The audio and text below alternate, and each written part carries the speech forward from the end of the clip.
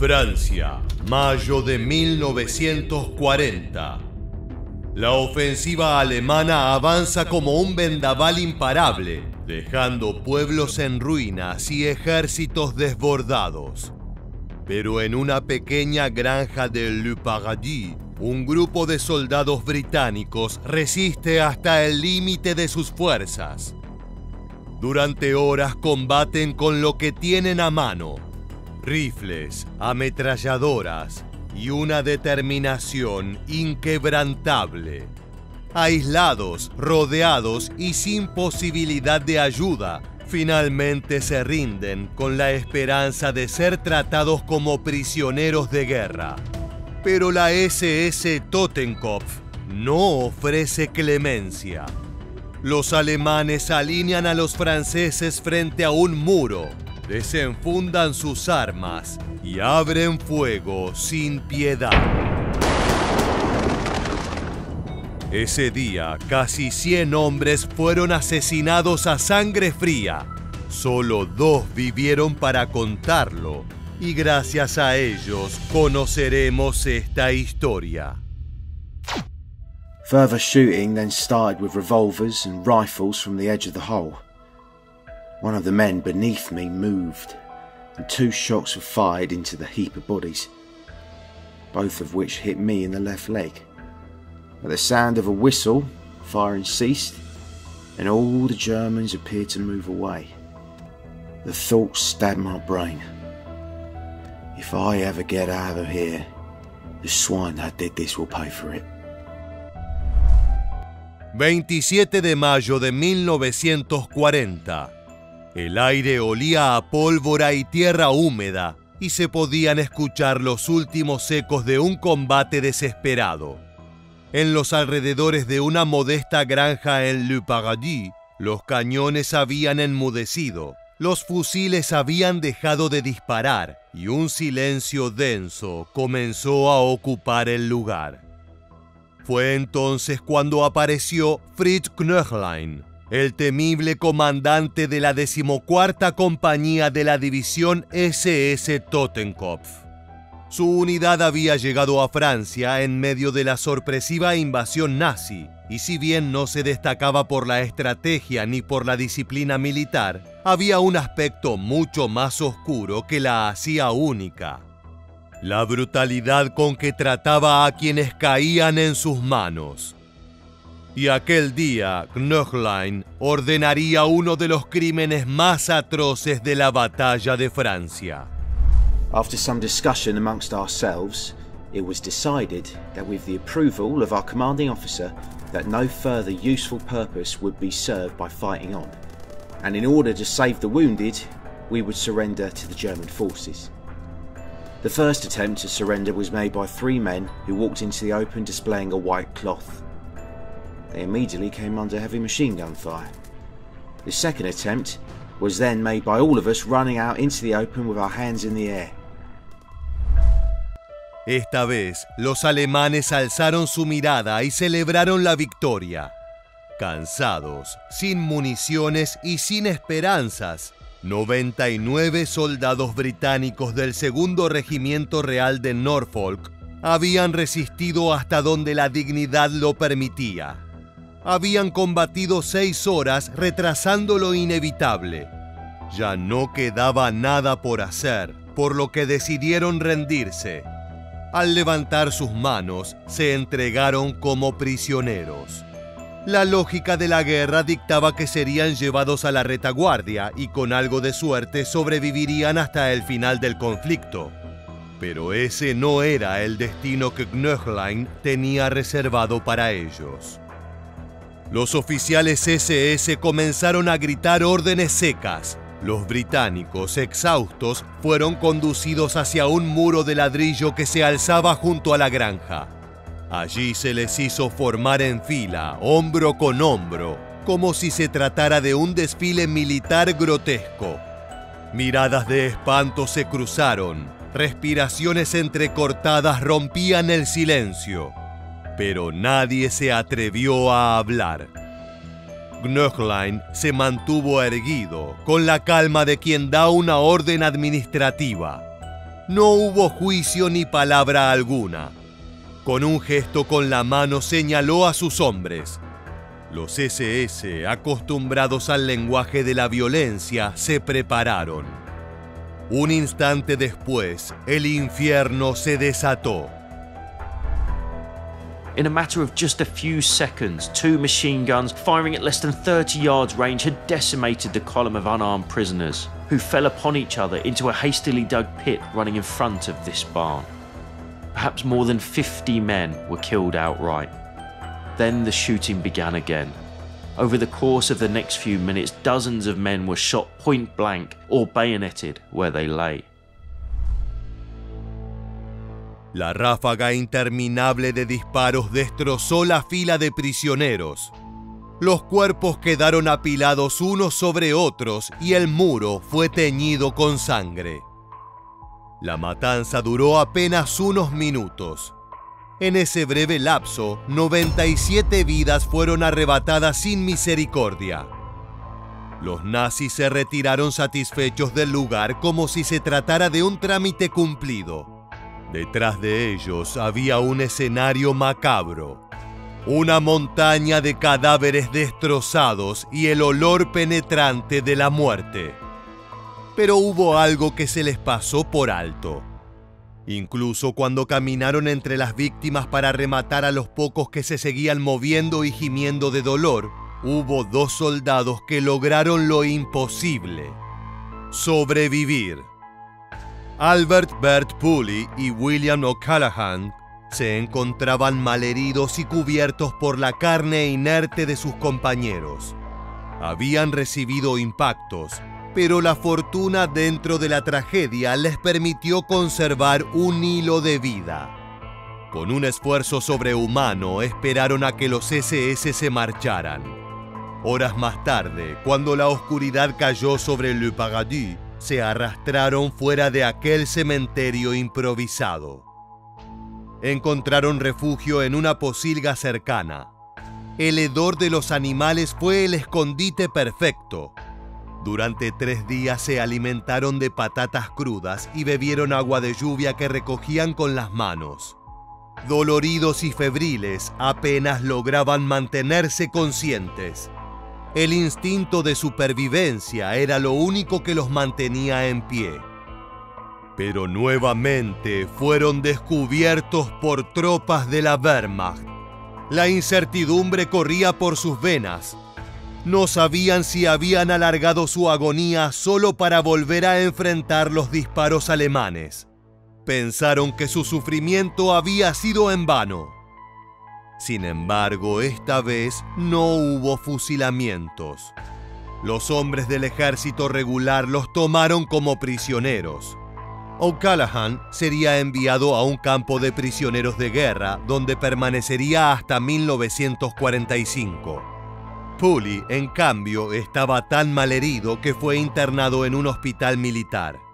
Pasó allí 3 años sometido a operaciones y tratamientos interminables.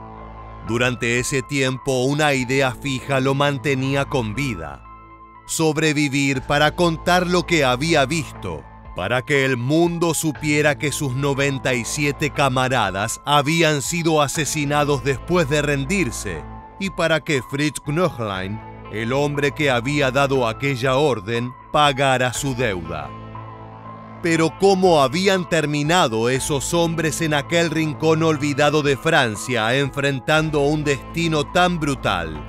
Para entenderlo hay que volver a los días caóticos de la batalla de Francia, cuando todo parecía desmoronarse a una velocidad imposible.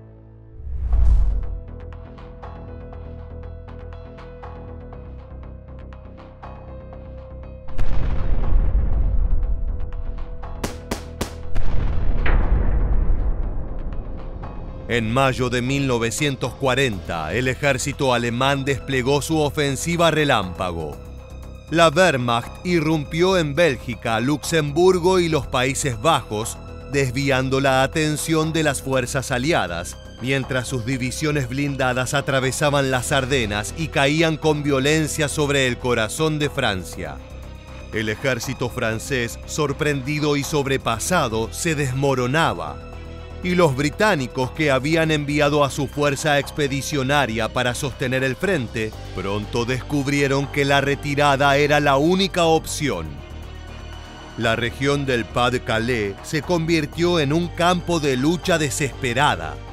Allí, en medio de pueblos arrasados y caminos saturados de refugiados, las unidades británicas intentaban resistir lo suficiente para permitir que sus camaradas alcanzaran Dunkirk. Y en esa tarea, una unidad era clave.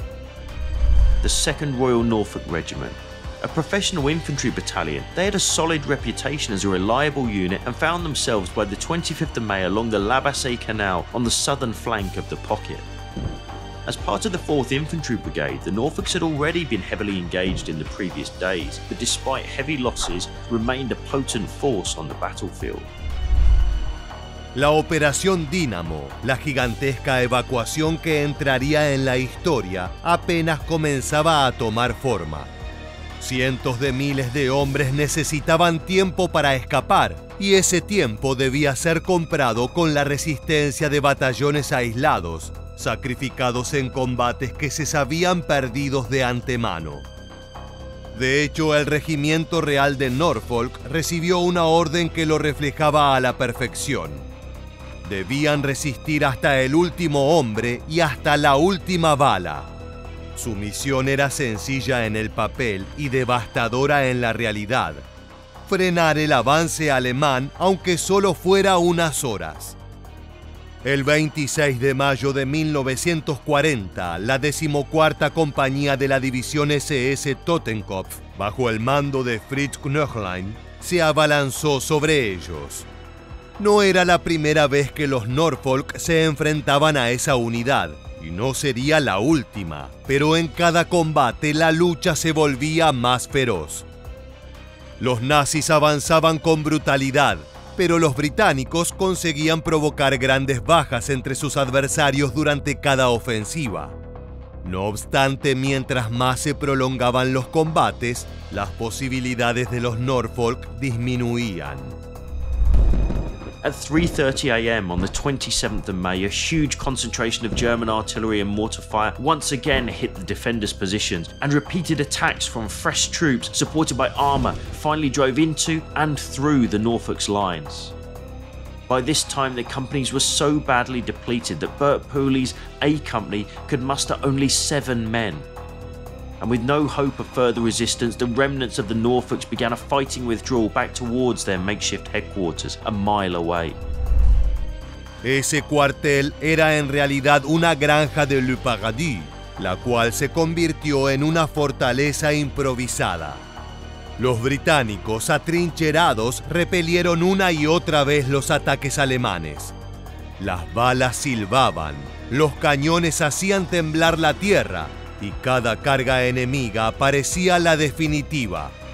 Durante 6 horas resistieron con la obstinación de quienes saben que están solos y no esperan refuerzos. Las bajas se multiplicaban, la munición se agotaba, y aún así seguían disparando como si cada minuto ganado acercara a sus compañeros a la salvación en Dunkirk.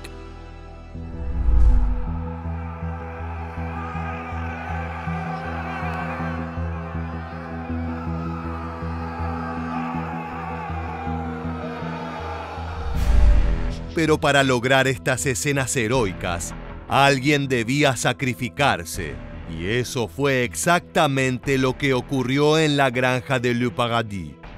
La resistencia había llegado a su límite. Exhaustos, sin balas y rodeados, los oficiales británicos comprendieron que no había salida. Entonces ocurrió lo que en cualquier guerra debería significar la supervivencia. Levantaron las manos y se entregaron. Pero la batalla en Francia estaba mostrando su cara más sanguinaria. Allí, en ese rincón de campo francés, no hubo compasión ni reglas. El condecorado oficial alemán Fritz Knöchlein, con su orden, condenó a 97 hombres al paredón. Mientras tanto, en Dunkirk, la Operación Dínamo avanzaba contrarreloj. Miles de hombres se embarcaban en botes pesqueros, barcos mercantes y buques de guerra que los devolvían a Inglaterra.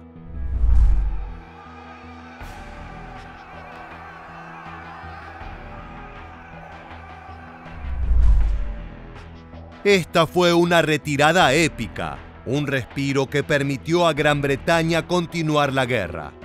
Pero ese milagro tuvo un costo silencioso: las unidades que quedaron atrás. En Le Paradis, ese costo se pagó con sangre. El sacrificio de los Norfolk no cambió el resultado inmediato de la batalla, pero sí se convirtió en un símbolo de la resistencia desesperada que permitió salvar a cientos de miles. Durante años, la masacre de Le Paradis permaneció en la penumbra de la historia. En medio del caos de la guerra, con Francia ocupada y el Reino Unido luchando por su supervivencia, el destino de aquellos 97 hombres ejecutados parecía condenado al olvido. Los informes eran vagos, los testigos inexistentes, y el crimen quedaba sepultado bajo montañas de tragedias similares. Pero una voz se negó a morir, la de Albert Pooley. En 1943, tras años de internación en hospitales militares alemanes, Pooley fue repatriado al Reino Unido. Su cuerpo estaba marcado por las cicatrices y su mente por el peso insoportable de lo que había presenciado. Allí, entre médicos y oficiales británicos, relató lo que hasta entonces era apenas un rumor. Sus 97 compañeros no habían caído en combate, habían sido ejecutados sumariamente por la SS Totenkopf. El testimonio de Pooley fue la chispa que encendió la investigación. Al principio hubo escepticismo. La magnitud del relato resultaba casi increíble, pero Pooley insistió, repitió una y otra vez cada detalle. El muro de ladrillo, las ametralladoras, el olor de la pólvora y la sangre, la huida hacia la posilga y los días comiendo patatas crudas.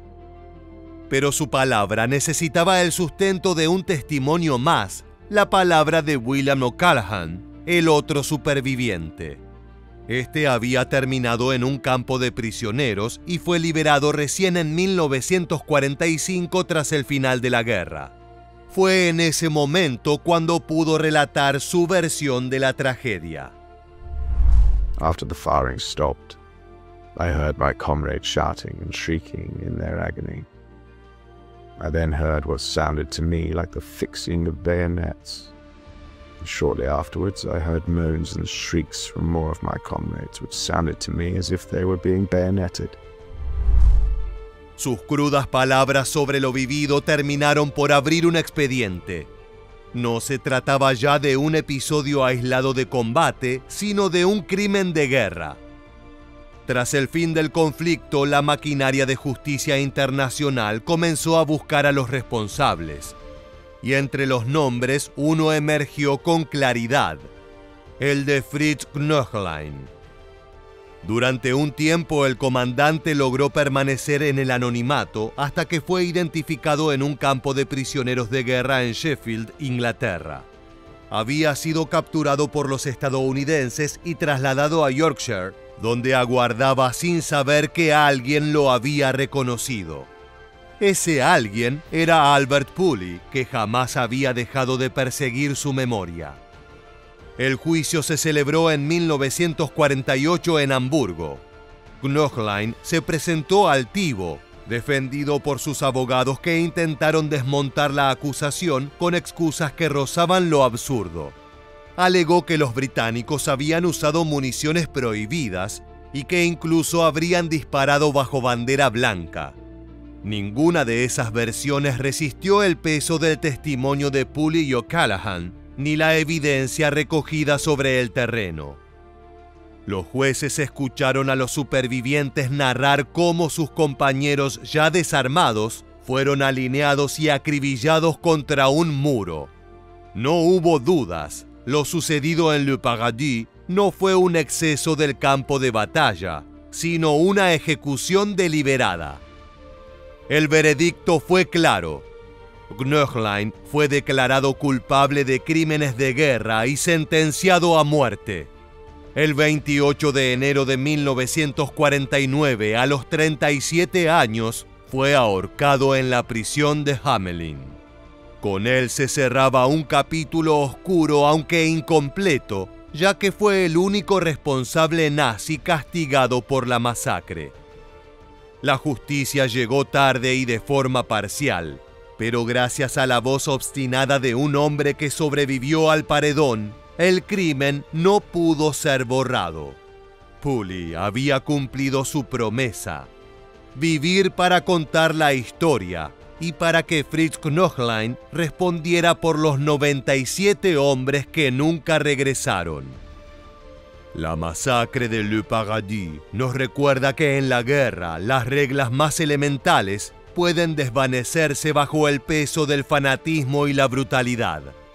Allí la rendición, ese acto que debería garantizar la vida, se transformó en sentencia de muerte.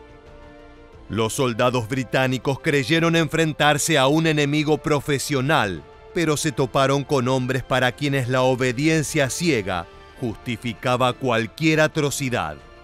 Ese muro de ladrillo no fue solo testigo de una ejecución, fue el símbolo de la frontera rota entre el combate y el crimen. Así llegamos al final. Si te gustó este video, te esperamos en nuestra próxima entrega para seguir descubriendo la historia militar.